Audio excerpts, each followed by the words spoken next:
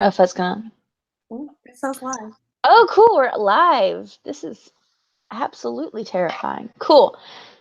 So we're just gonna wait a little bit to see if anyone joins us because I think currently we have like 0 viewers. If anyone joins us, that's fine. If they don't, that's fine. We'll just enjoy our own company, and that'll be fine also. Okay. So let us see. How do you know if someone's joined? There, Yeah. the bottom like says. Okay, I'm seeing a couple of people here. Hello. The chat or whatever is here, so I just don't know how to like look at the chat from open on this area. So give us 1 second, everybody, and we'll figure everything out. Because there are a I couple. can't see the chat at all. Let's see. So if you go to the actual page and you pop out the chat, you can kind of look at it from there. But it's not on this page for some reason. So. All right. Okay. So can y'all see us? Is this working? Cool. It looks like we have a couple of people here. Cool. This is great. All right. You guys are frozen on my screen, so I like cannot see anything. Uh-oh. That's not good. Can you see anything now? How about now? No. I don't know if she's answering us or just shaking her head. I can't see you. I like literally see your face frozen. Oh, but can you hear us? Yeah, I can hear you, but like there's like no screen. I can't see anything. That might be a internet connectivity issue, maybe. They can see us. That's good. Okay, so they can see and hear us. So just let us know if the audio ever cuts out, and we'll try to fill you in on whatever happens. Is that okay? I don't know if she even heard that. I'm here. Okay. All right. So you can still hear us though? Yeah, I can hear you. Okay, good. All right, guys. So if you do not know, this is obviously our first time doing anything with Google Hangouts or with live on YouTube or anything like that. So please be patient with us because we're on the struggle bus. But I'm glad that it's working. We're staying in the lanes. Okay. So this is obviously the live show for Paperweight, which was the Green Ribbon Book Club's August read. So, first, what I want to do is introduce everybody here. I'm Caitlin. My channel is Chapter Kate. I started the book club. And Marina, would you like to talk about yourself for a second? I'm Marina. Oh, and you're moving again. Okay. Yay! I'm Marina, and yeah, I'm Marina from Read with Marina Ray. Yay! And Sarah. Hi, I'm Sarah, obviously. And I recently changed my booktube name to Novel Serendipity because I'm serendipity-like. Okay. Perfect. You're doing great. Okay. So first I want to start off by getting everybody's ratings for the book. However you rate it, if just tell me like what it's out of. So if you did it like based on the 5-star system, let me know. So everybody in the chat, you can tell me if you read it, what your rating was, and then everybody here. So what did y'all rate it? Anybody. Marina, you first. What did you rate it? I rated it a 5, but I almost rated it like a 2. It didn't become between like from 1 to 5. Like it did not become a 5-star read till like the 3/4 through the way. Okay. All right. And Sarah. Yes, I also rated it a 5-star read, but it wasn't like more than halfway through the book. It was definitely like a 1 or 2 star, and then like I've never read a book like that where it's been a 1 or 2 star halfway through, and then all of a sudden I started liking it out of like nowhere. Just I turned the page and bam, I was liking the book. It was a very weird sensation. I definitely agree with that. I had the same sort of situation. It started off as a 1 or 2, and then I impulsively gave it a 5, and then I thought about it. I kind of lowered it to a 4, just due to certain little things that probably don't matter that much.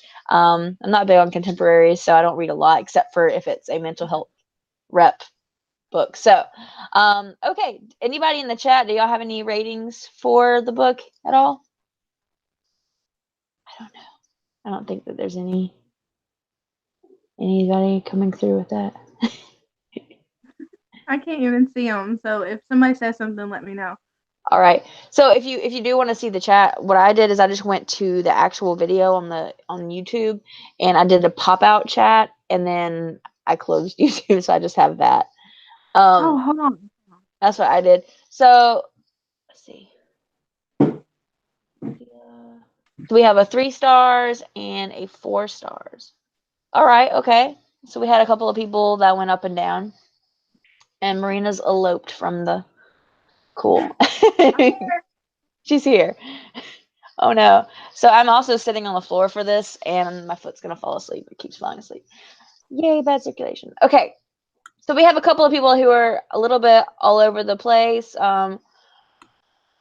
Rachel Marie did not finish the book, and that's I think a couple of people, when I looked on Goodreads, did the same thing. They kind of stopped halfway through. Okay. All right. So I think we're gonna, as soon as Marina comes back, there she is.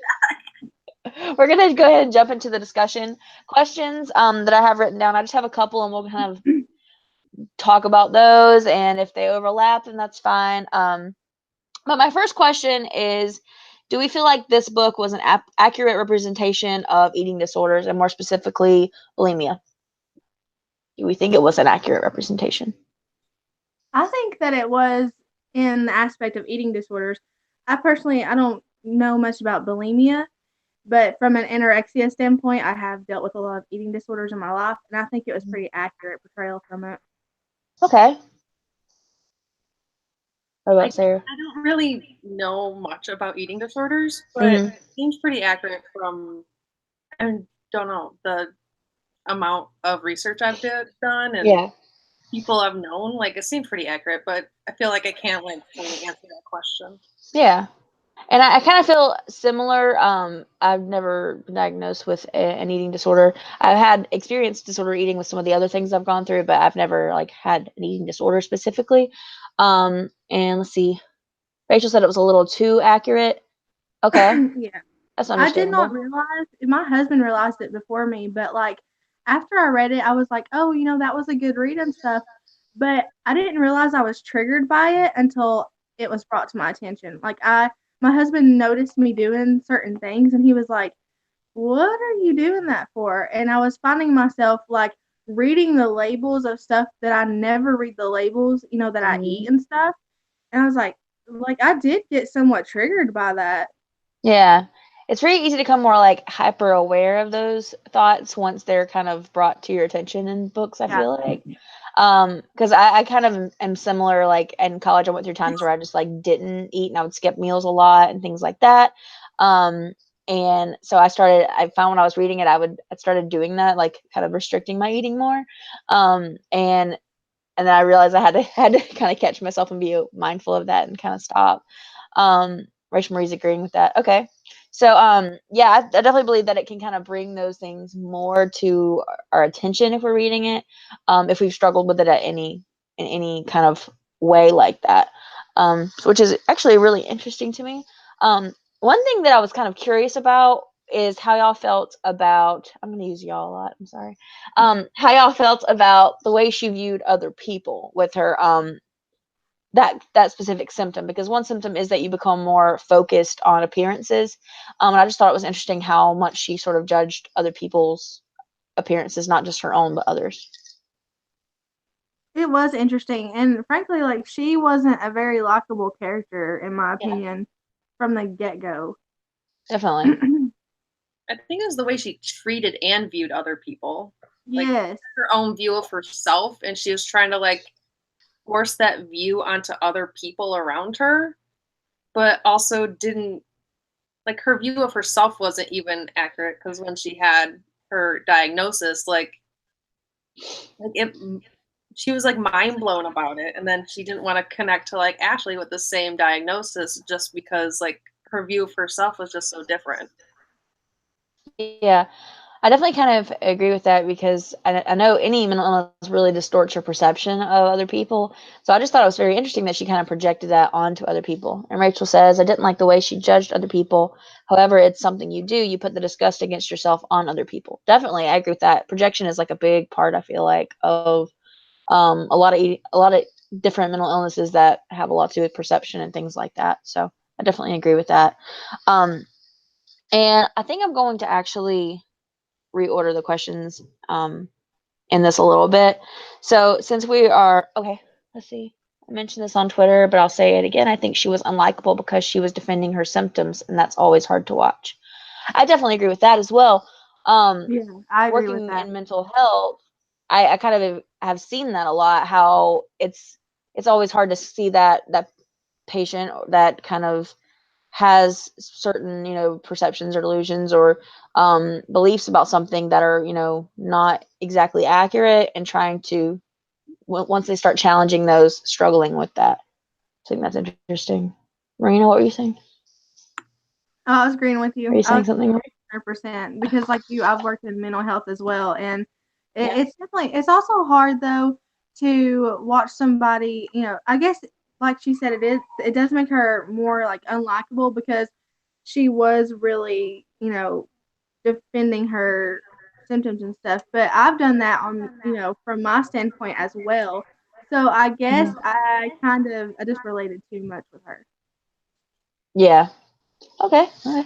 And that brings up another point that I think in a lot of books that have mental illness representation, they sort of um, formulate it to make the character a little bit more likable, so we can see them as sort of a victim to a mental illness, which takes a little bit of responsibility off of protagonists when they are experiencing that. I think that's kind of an interesting thing that authors try and do. So I don't know if anyone else has noticed that as well or not, but that's something I've kind of noticed a little bit. So that was interesting that they kind of didn't immediately make her likable and make everyone feel sorry for her off the get-go as a reader. So, we've kind of, I keep saying so, my bad. So we've sort of established, okay, so she says this one, she was villainized. Okay, I definitely agree with that. So instead of, making them sort of the victim in the book, they kind of did the opposite and made her To the villain. like the bad guy. I definitely agree with that. I think that's what kind of made it definitely a 2-star at the beginning before she sort of started developing as a character. I think that's where my 2-star sort of came from, because it went the exact opposite, and that can also be sort of harmful. Definitely. Okay. Let's see. What was I going to say next?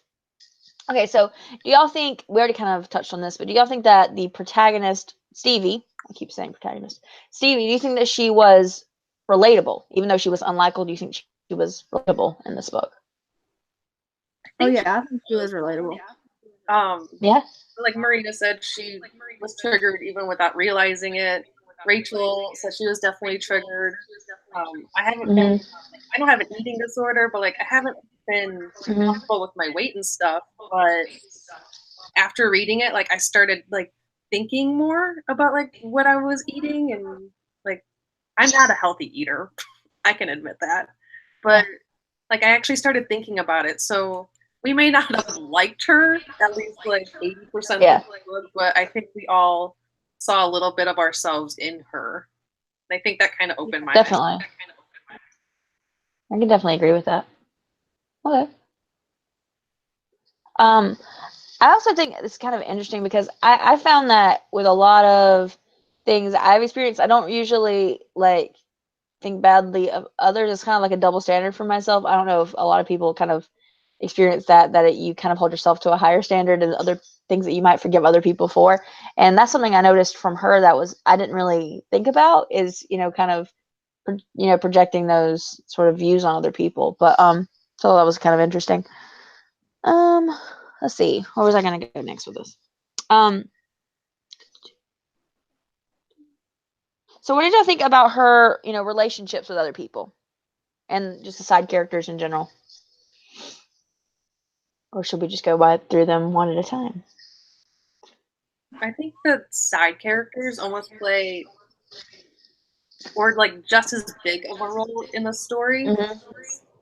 It's them that are pushing her through, like the book basically, and you see her relationships with the characters, and it like with the progression of her treatment, and I think each one plays such a huge part, even when they're side characters. Yeah, I definitely agree with that as well. I feel like I guess we could just talk about the different ones, but the shrink they call her in this. I also noticed that she uses a lot of like sort of stigmatized terms a lot. Like she uses the word shrink, she uses the word crazy a lot. She Yeah. uses words like that in her own like thoughts. I thought that was interesting. Because I found that a lot of books that have a main character who's in a treatment setting, they do the same thing. They kind of use the words, crazy and all those kind of words you see in like the movies and the television, the kind of uninformed versions of media, because that's kind of where they're getting their information from, I guess, at that point. But yeah, so with her shrink, who I think, Sarah, you said it was Anna, and I thought it was Hannah, but I think you're probably right. It's probably Anna. Yeah. But I thought she was interesting. I kind of wish that I had like a therapist like that. I don't know. I don't know, I felt like she was I really think Anna was the main reason that she even really we begin to see her get better because Anna like stole the show. Totally. I think it's funny because I feel like in a lot of books you either see the therapist portrayed as like an old white guy or like as like a hippie woman. I feel like it's one of those two things. So she was the hippie woman version of the therapist in the book. I thought that was kind of interesting how she would like not have shoes on. She'd be unconventional. She'd be things like that. But I think she was super, interesting as a character. And I feel like part of that, when I was reading the back of this, just the author summary in the book, the Meg Haston, she actually has like a master's, I think, in counseling. So I wonder if she kind of took that into account, like in that. She said, "Did the therapist live in the facility?" I thought that at first, and then I think I read a line where Stevie asked her if she lived in there, and she said, "No, I'm just here a lot." Yeah, she said she was just there a lot. Yeah, because she was wondering why she Yeah. showed up so fast to the diner or restaurant or something, and then I think that's when she Yeah. like, do you live there? Like, and then It would be easy to think that, but like I think it's just where she was so committed to like helping Stevie recover. Like she was just awesome. Yeah. Um, and so I did think that she was kind of an interesting character because I find that like therapists in books push a lot more than therapists in real life. I feel like I don't know if that's anybody else's experience. How did y'all feel about the therapist sort of disclosing that she dealt with alcoholism? I don't know. That kind of like was a red flag to me because I know personally, like when I'm talking to my therapist, like it may sound a little mean, but I don't want to hear about their problems because I have enough, like I'm busy telling them my problems. I feel like that kind of could have put a burden on Stevie that didn't need to be there. Yeah. Okay. That's how I feel. like, and it was weird. Like, I don't really want to know about my therapist. Like, Yeah. Yeah.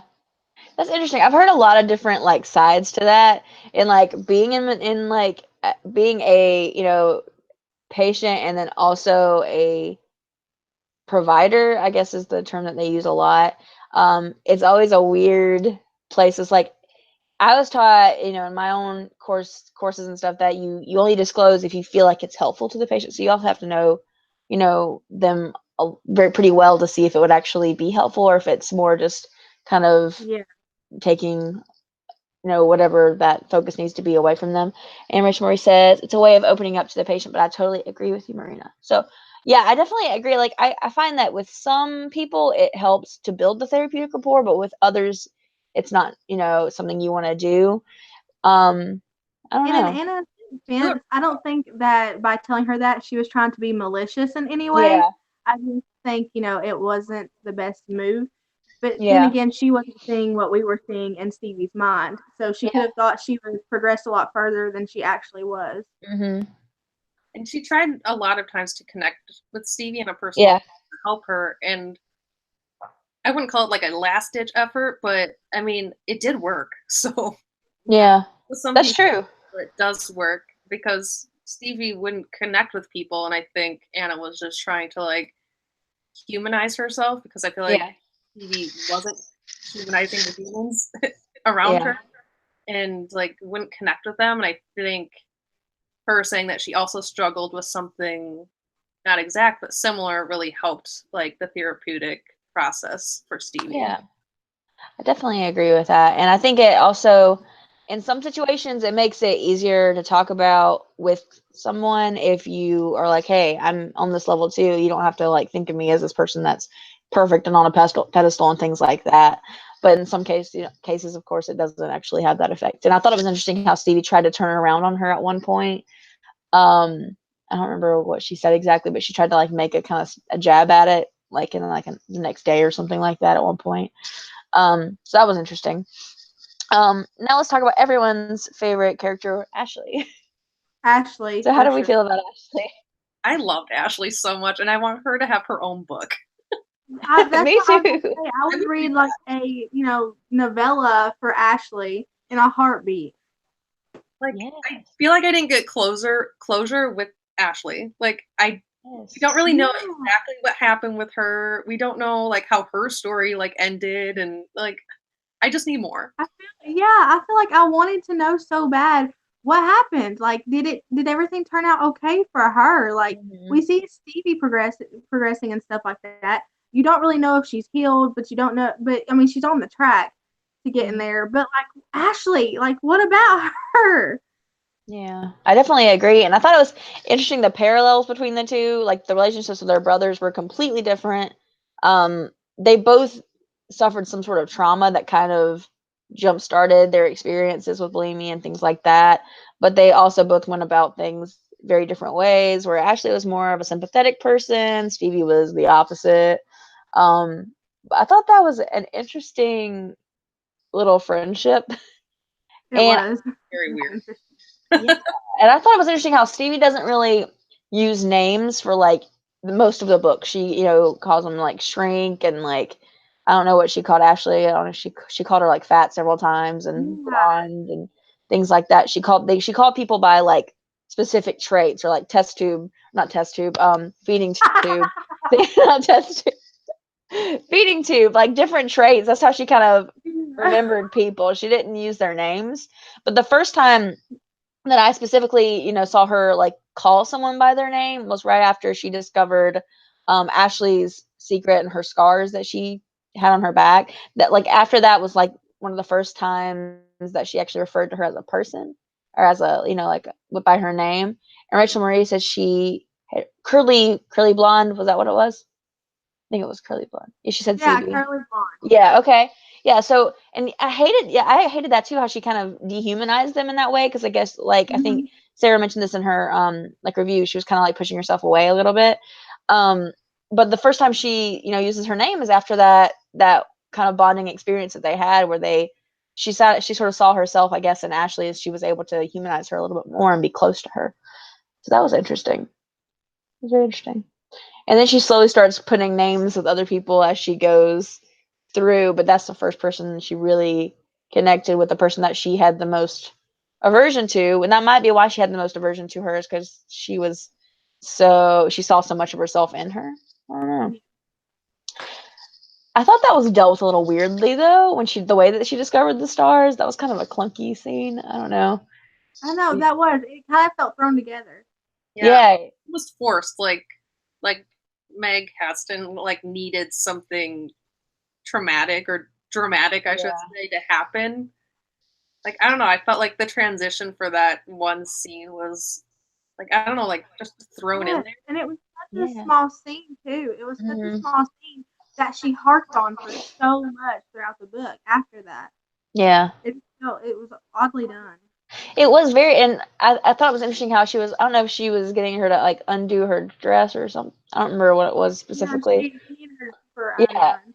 And like, I don't know if this is everybody, but as someone, who, has a couple of scars, you're pretty hyper aware of them, Yeah, Yeah. especially you're with very. something like that. Like you don't just forget. I don't know. But then again, that could have been a personality thing on Ashley's part, where she may have wanted her to see those, but then Yeah, like subconsciously, she may have wanted that to be like an open door to her getting to know her better. yeah, I don't know. That was a weird thing. I it actually was highlighted weird. it in my book. So I was like, that's weird. Yeah, that was it was a little funky. And then it kind of brings up the point that you don't have to have gone through something traumatic to develop an eating disorder, like, but that sort of is a constant with a lot of the people that are in a lot of the teens that are in this treatment facilities. Like they've all had some kind of something traumatic happen, kind of. And I think that it's also important to note that you don't have to actually go through something traumatic to develop that. So I don't know. I don't know if that's harmful or if that's just her trying to show various experiences or what. But that was one of my iffy things about the book, I think. So, who are some of the other characters? Was it Kate? I think Kate. The one that has my name. That's the one I can't remember. The one that had the feeding tube. What did y'all think about her relationship with her? Do you think it was significant at all? I think that was just she didn't want to end up being Kate because it would set her plan for herself back like Mm-hmm. 500 steps. I feel like she would think that she was starting over. Yeah. So she What didn't really want made to me be Kate. mad was the color coding. Like how she did the color coding. She's like, oh, this girl's green. She's weak. Like it was so Yes. creepy in her mind. It was totally reversed. Like the reds, that's where I want to be. Anybody who's like a yellow or green is weak. And I was just like, man, that's like an absurd way to think of Mhm. things. I mean, And that that, definitely gets the point across of the distorted thinking yeah, from the get go there.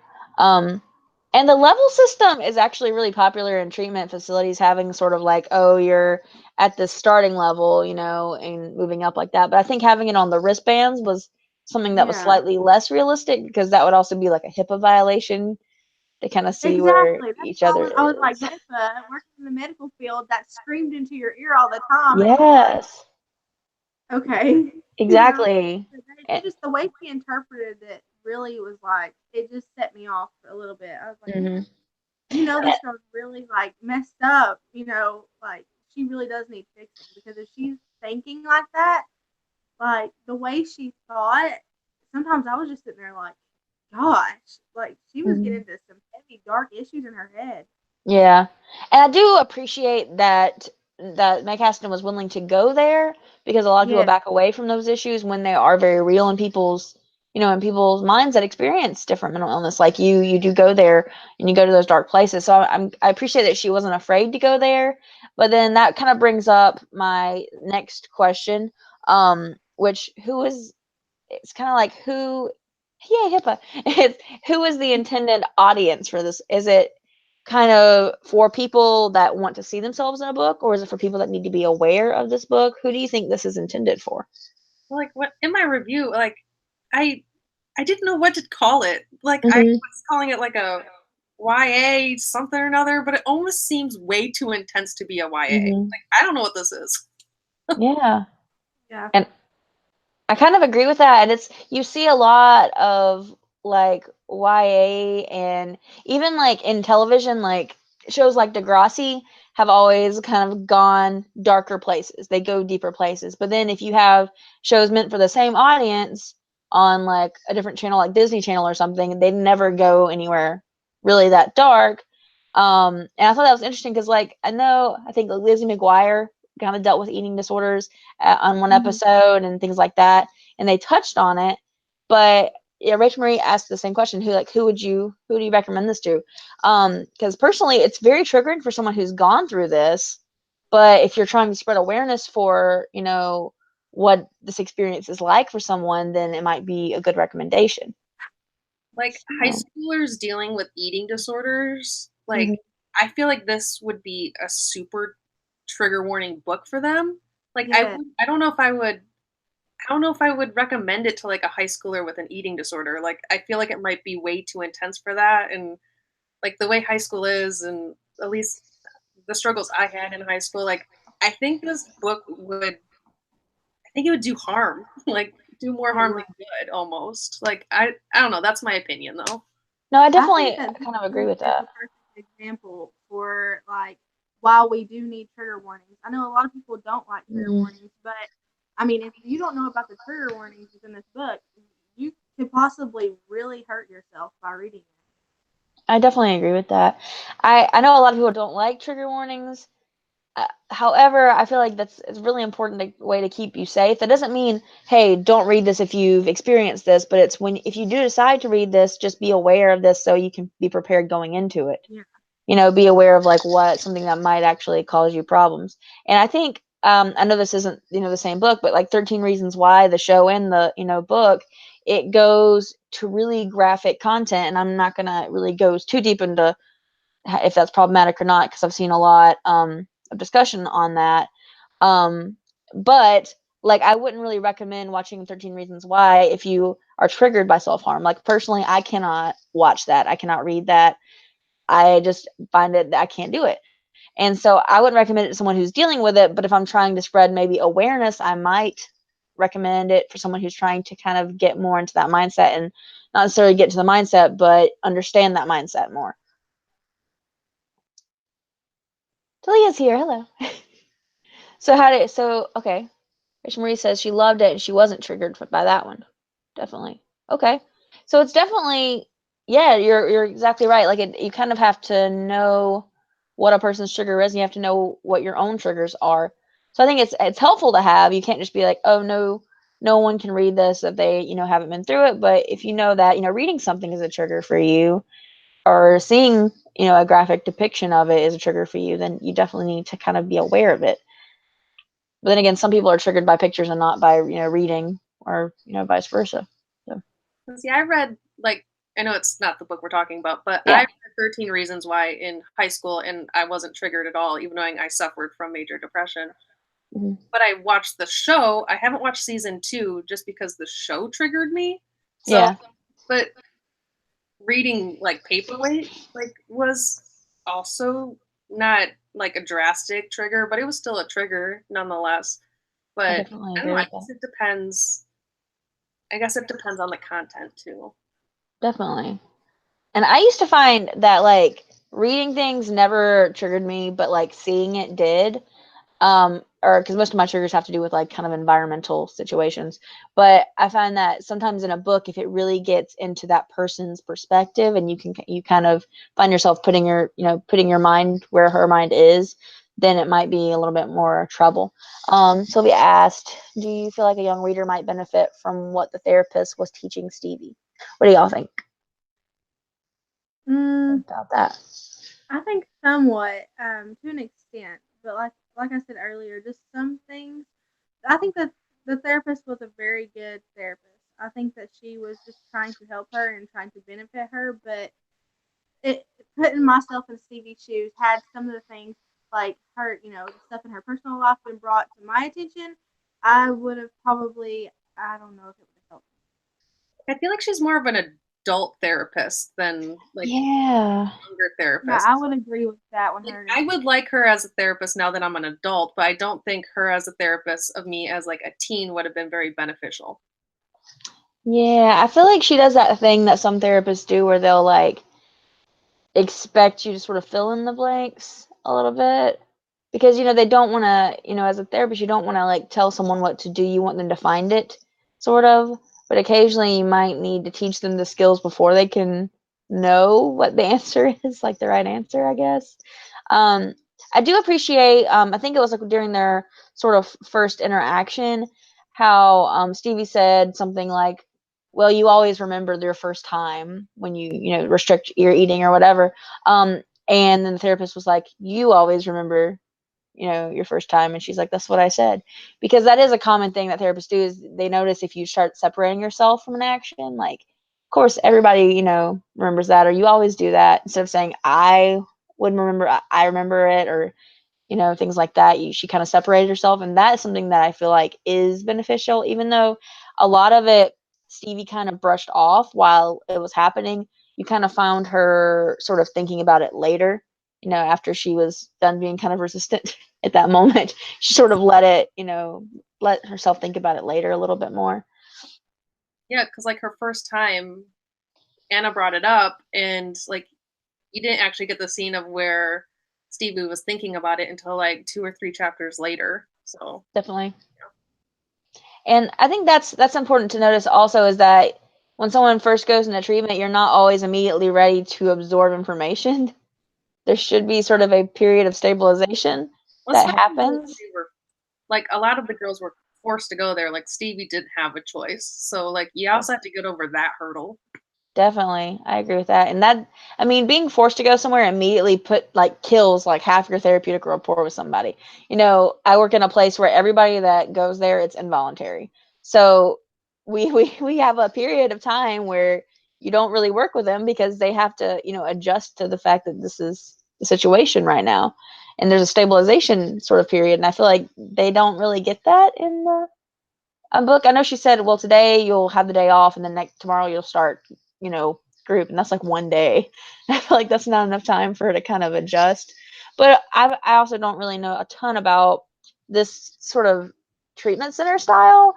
I thought it was kind of odd. There wasn't like a lot of security. They're kind of just able to wander.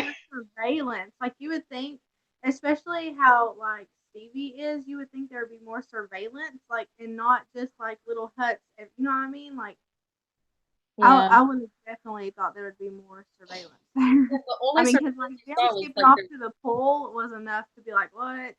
Yeah, I agree with that. Their nightly bed checks like every hour on the hour, but like that was like the only surveillance ever. But like if you time it, you know when you can sneak out. Exactly. That's exactly what they did.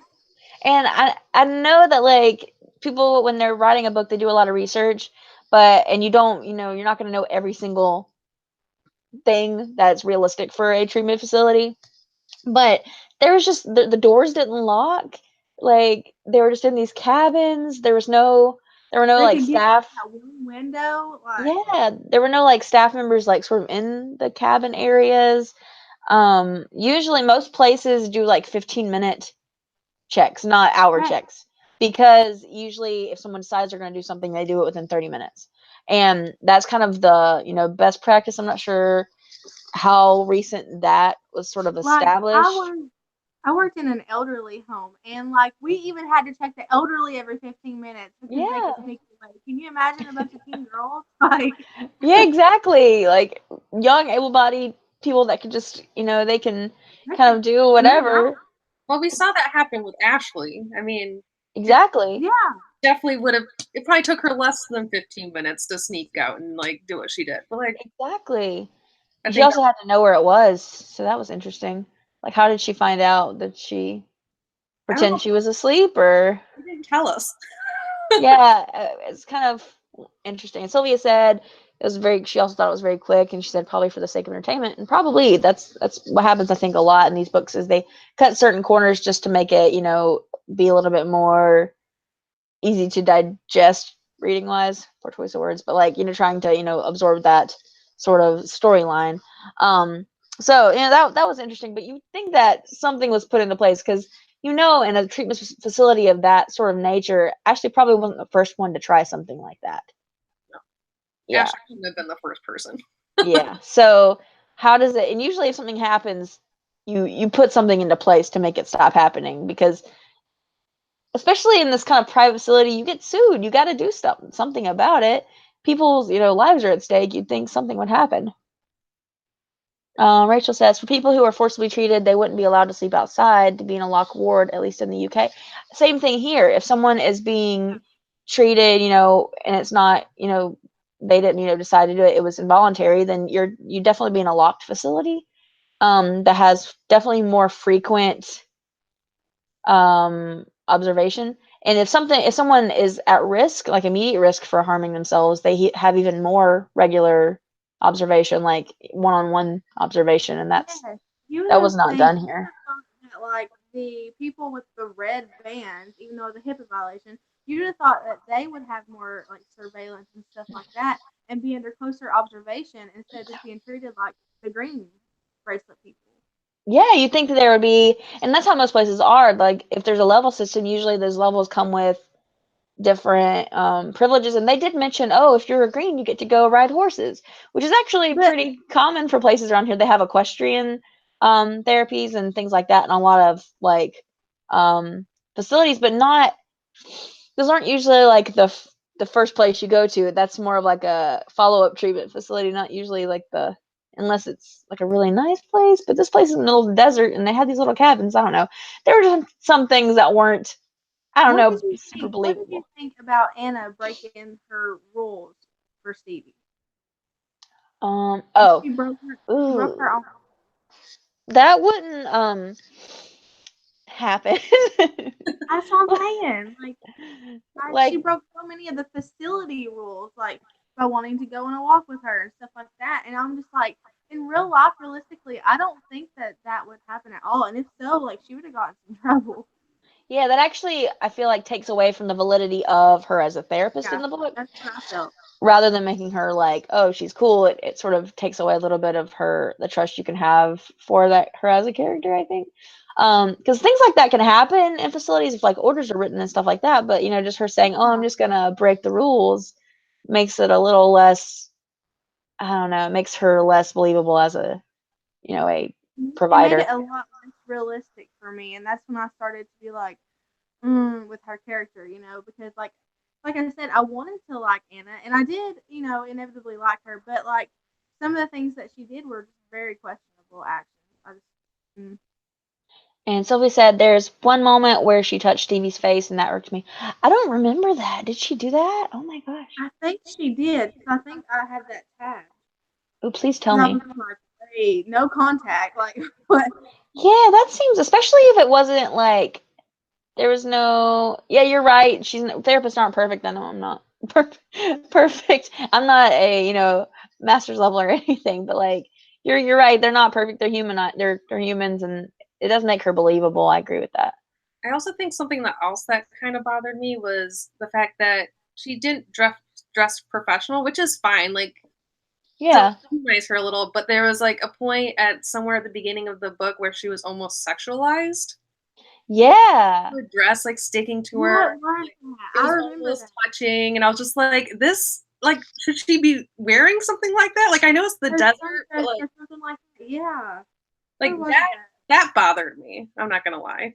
Yeah, that was a little interesting, and it makes you kind of wonder if they're trying to hint at the fact that, like Stevie is, one that she likes women, or two that she is just really fixated on appearances. Given her friendship though with that one girl, I think it was pretty obvious that she you know what I mean? Yeah, that's true.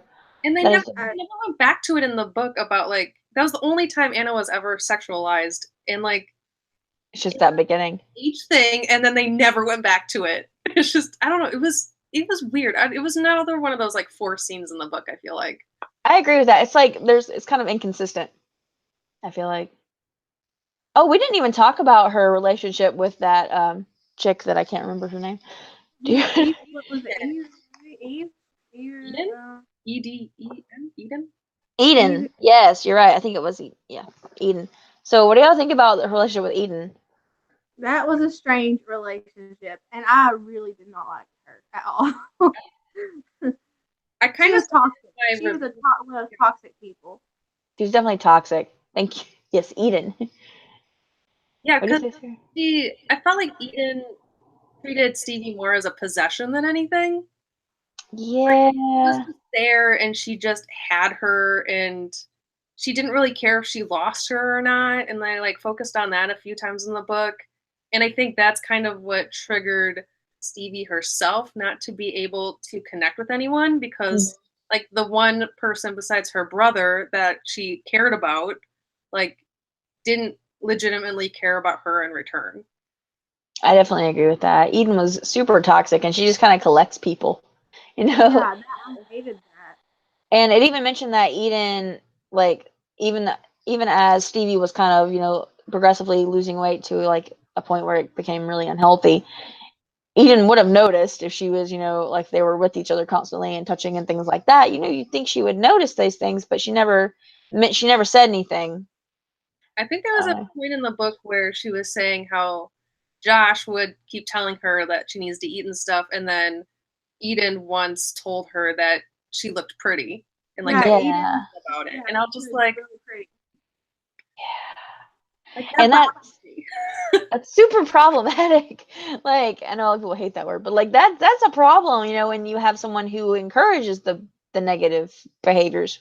And I know, like, when I was having a lot of disordered eating at one point in my life, I lost a ton of weight, and my family members would be like, "Wow, you look so good." And I'm like, "Thanks. I feel like I'm gonna faint," you know. And there's, Exactly.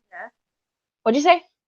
Exactly. There was a point Yeah. in my life where I lost 140 pounds within Oh. 7 months. And I never got a concerned comment outside of my husband. Like, everybody else was like, "Oh, wow, you're losing it so quickly. You look great." And in the back of my head, I'm thinking, why is no one concerned? Yeah. Like, I mean, it was bad. So that also, like, seeing that, I guess that's also subconsciously made me even like dislike Eden even more than I would have originally, because that was just, oh. Yeah, she's one of those enabling sort of friends that probably should say something and they don't, and that's when it ends up getting worse, is when. And I feel like at parts of this, Stevie kind of kept doing things because she wanted someone to say something at some point, like notice, you know. And that's part of the, you know, when she puts the emphasis on those labels and those names throughout the book, you know, when they give her the diagnosis of bulimia, she's like, "Say my name," and then they say bulimia, and she said, "No, that's not right." And then it like completely threw her for a loop, because she kind of built her perspective of herself around, you know, anorexia, and because she feels like if you have anorexia, you have control and things like that, and they all of a sudden tell her that this is what you have instead.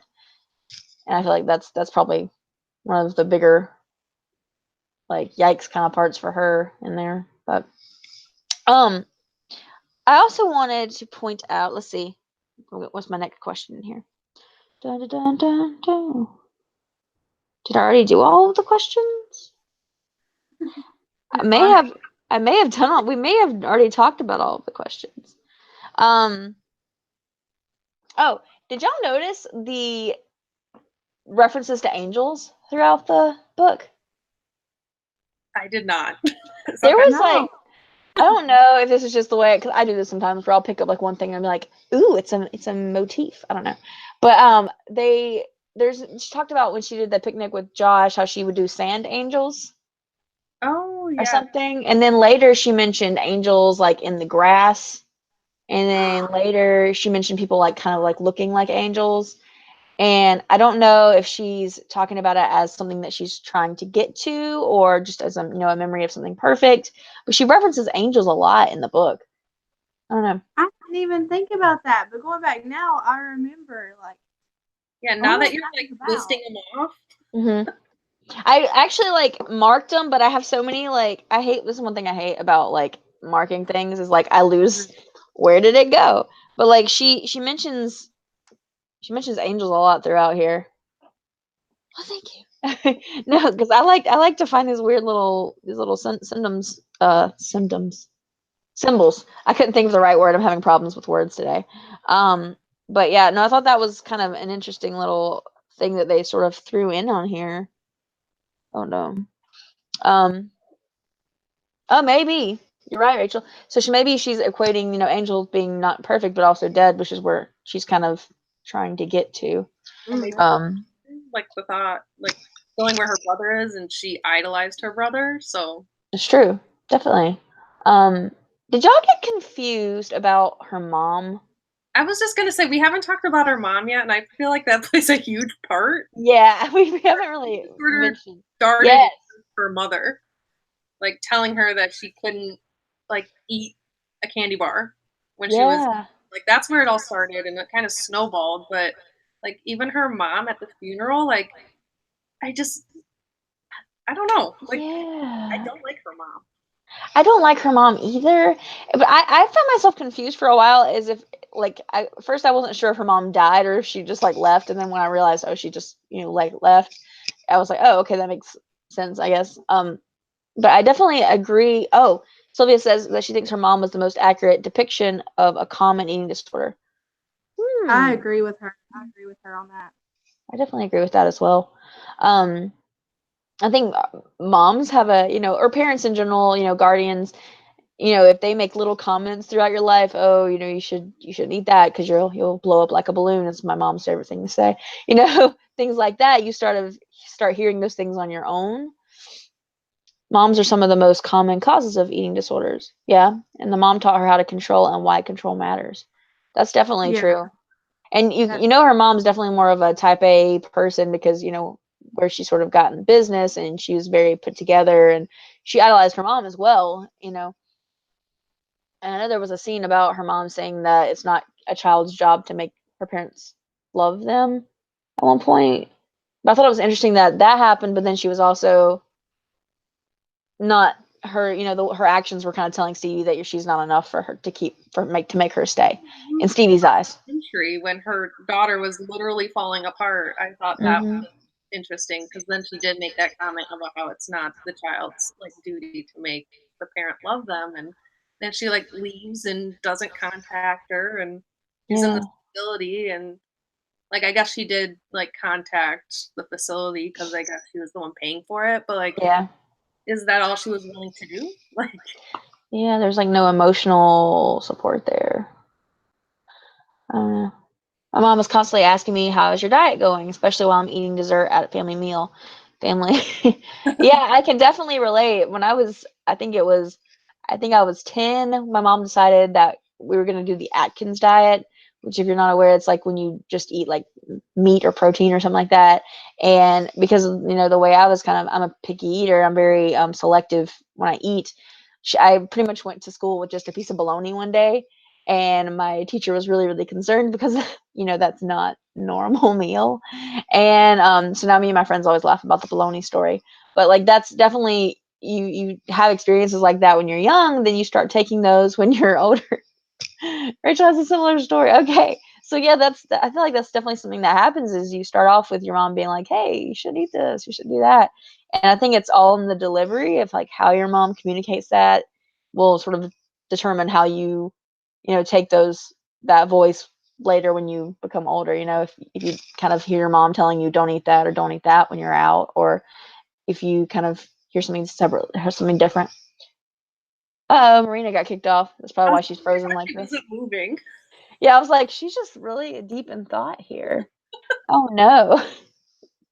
All right. Well, do we have anything else to say before we kind of head off? Or do we just want to? What do y'all think? I think the only thing we didn't really touch on was the ending. Okay. What did you think of the ending? I think I said it in my review, but for anyone that didn't watch my review, How dare they? It wasn't a complete ending, but it gave me closure all the same, and I've never had that with a book with a half ending. But I felt good shutting the book. Yeah. Okay. I don't know if I felt closure or not, because I think one thing that was good about it is because she was still in her treatment process, and I think that's something very important to notice, because with mental illness, you're not cured of mental illness. No. You just are constant in recovery. And I don't know what just happened to our live. Am I still here? I can hear you, but you're not moving. Oh no. It's just going to be you left at the end of this. So the Sarah show.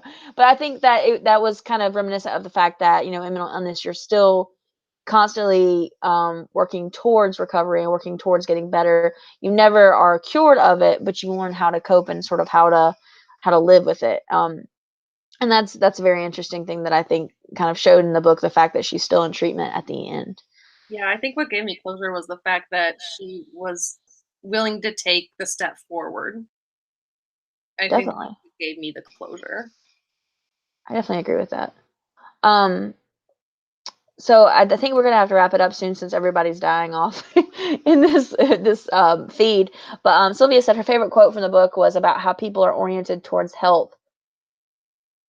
People are oriented towards health. I don't know.